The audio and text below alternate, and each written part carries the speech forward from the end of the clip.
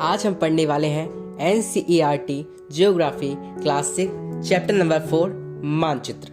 तो आइए शुरू करते हैं। आप पिछले अध्याय में ग्लोबल के महत्व के बारे में पढ़ चुके हैं।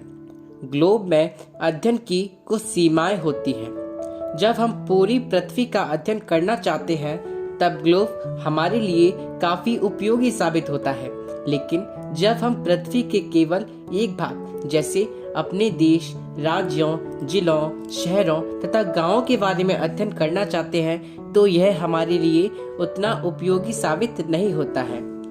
ऐसी स्थिति में हम मानचित्रों का उपयोग करते हैं। मानचित्र पृथ्वी की सतह या इसके एक भाग का मापने पैमाने के माध्यम से चपटी सतह पर खींचा गया चित्र है, लेकिन एक गोलाकार सतह को पूरी तरह से चपटा करना असंभव है।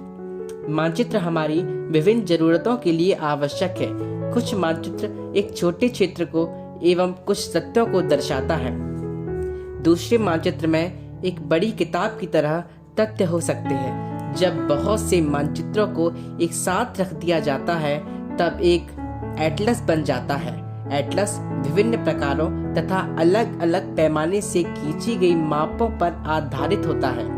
मानचित्रों से एक ग्लोब की अपेक्षा हमें ज्यादा जानकारी प्राप्त होती है।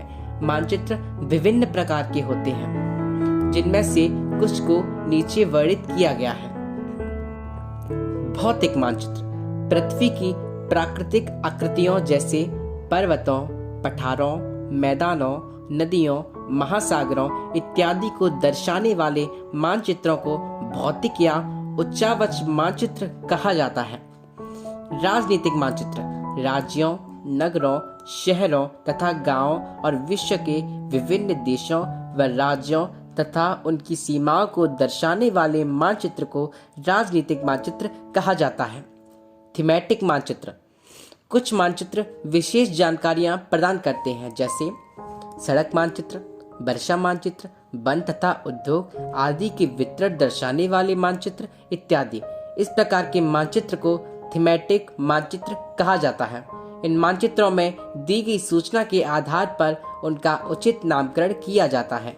मानचित्र के 3 घटक हैं: दूरी, दिशा और प्रतीक। दूरी मानचित्र एक आरेखण होता है जो कि पूरे विश्व या उसके एक भाग को छोटा कर कागज के एक पन्ने पर दर्शाता है। या यह कह सकते हैं कि मानचित्र छोटे पैमाने पर खींचे जाते हैं, लेकिन इसे इतनी सावधानी से छोटा किया जाता है ताकि स्थानों के बीच की दूरी वास्तविक रहे। यह तभी संभव हो सकता है जब कागज पर एक छोटी दूरी स्थल की बड़ी दूरी को व्यक्त करती हो। इसलिए इस उद्देश्य के लिए एक पैमाना चुना जाता है। पैमाना स्थल पर वास्तविक दूरी तथा मानचित्र पर दिखाई गई दूरी के बीच का अनुपात होता है। उदाहरण के लिए आपके विद्यालय एवं आपके घर के बीच की दूरी 10 किलोमीटर है, जिसे मानचित्र पर 2 सेंटीमीटर की दूरी से व्यक्त किया गया है। इसका अभिप्राय है कि मानचित्र का 1 सेंटीमीटर स्थल के 5 किलोमीटर को दर्शाएगा। आपके रेखा चित्र का पैमाना होगा 1 सेंटीमीटर बराबर 5 किलोमीटर। इस प्रकार पैमाना किसी भी मानचित्र के लिए बहुत महत्वपूर्ण होता है। अगर आपको पैमाने की जानकारी है तो आप मानचित्र पर दिए गए किसी भी 2 स्थानों के बीच की दूरी का पता लगा सकते हैं।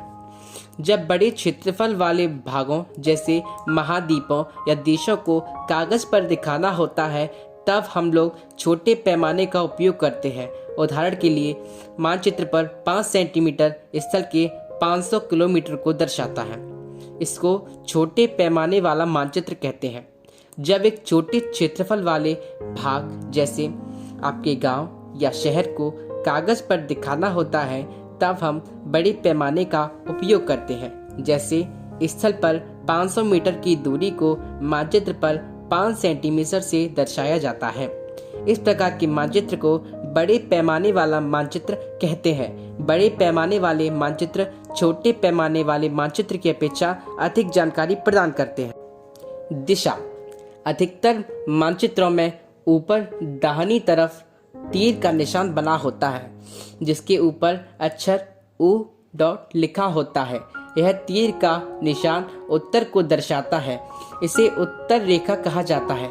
जब आप उत्तर के बारे में जानते हैं तब आप दूसरी दिशाओं जैसे पूर्व, पश्चिम तथा दक्षिण के बारे में पता लगा सकते हैं।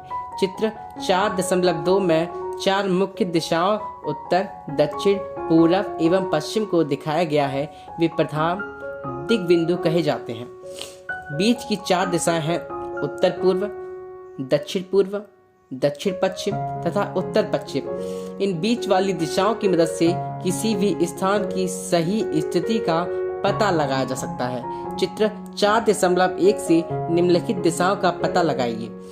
विकास के घर से सामुदायिक केंद्र तथा खेल के मैदान की दिशा, दुकानों से विद्यालय की दिशा।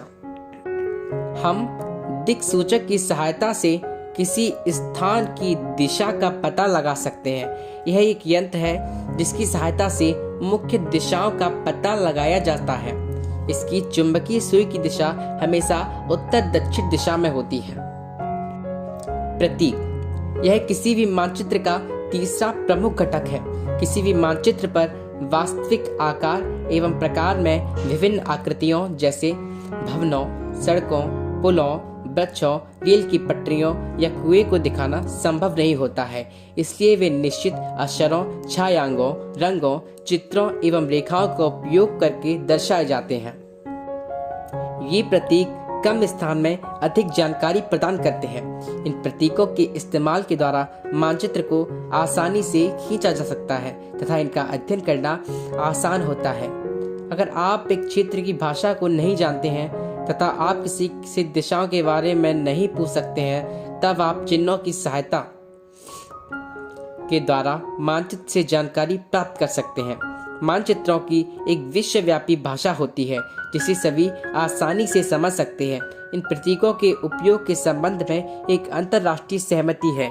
ये रूट प्रतीक कहे जाते हैं।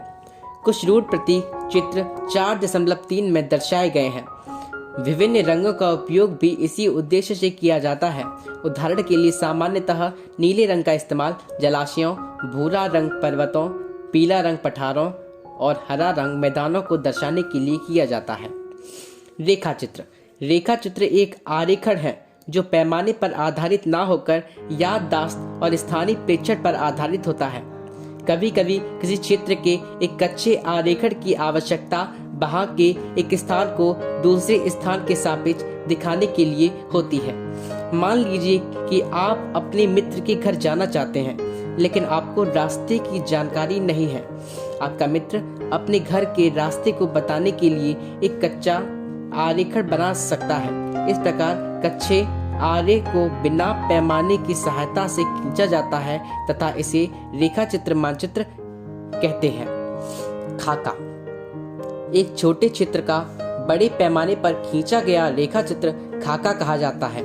एक बड़े पैमाने वाले मानचित्र से हमें बहुत सी जानकारियां प्राप्त होती हैं, लेकिन कुछ ऐसी चीजें होती हैं जिन्हें हम कभी कभी जानना चाहते हैं, जैसे किसी कमरे की लंबाई एवं चौड़ाई जिसे मानचित्र में नहीं दिखाया जा सकता है। उस समय हम लोग बड़े पैमाने वाला एक रेखाचित्र खींच सकते हैं जिसे खाका कहा जाता है। तो इस प्रकार यह अध्याय समाप्त होता है। ये सभी ऑडियो बुक्स आपके एज ए यूपीएससी एस्पिरेंट आपके रिवीजन में बहुत ज़्यादा ही सहायक हैं। मैं आपको पर्सनली सजेस्ट करूँगा कि आप कम से कम एक बार इन बुक्स को हफ्ते में ज़रूर पूरा करें, जो कि आपके लिए बहुत ही लाभदायक सिद्ध होगा। धन्यवाद।